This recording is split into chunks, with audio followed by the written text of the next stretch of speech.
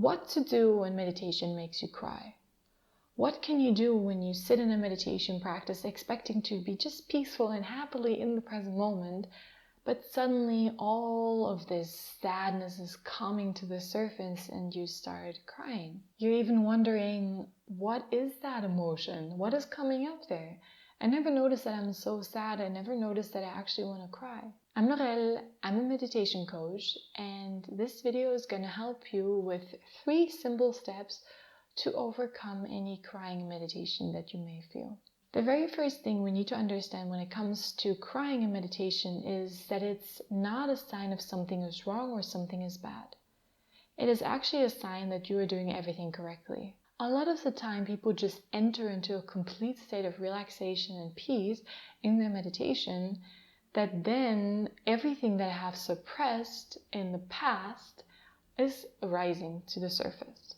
This is very common with people who consider themselves to be unemotional or a little bit numb, or who have the tendency to not deal with the problems but to usually sweep them under the rug. Especially for these people, and if you consider yourself to be one of those people who are not super emotional, meditation is actually very, very important for you to get back in touch with your emotions.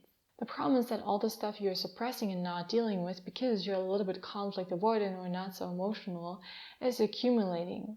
Just because you're not dealing with something doesn't mean it's not there. Just because it's swept under the rug doesn't mean it will never get up again. It's basically the opposite. The more you accumulate, the more impulsive these things come up, which you see now in your meditation. The first thing I advise you to do when you cry in meditation is to just stay in the sadness. I invite you to do the opposite of what you're used to do. I invite you to fully immerse yourself in the sadness and fully allow the sadness to be there and allow yourself to cry.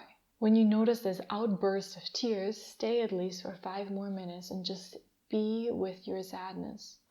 Without questioning, without asking where it's coming from, just fully be there, not judging it, not making it wrong, and just allowing it to come to the surface. After this step, when you noticed you settled a little bit and you're not so sad anymore and there are not so many tears coming up anymore, you can start to question why you're sad. What is coming up there?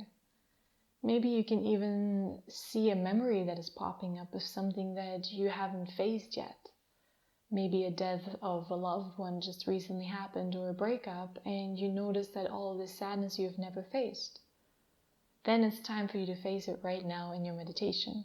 Specifically, you can ask yourself questions of, why am I feeling this way? What made me feel this way?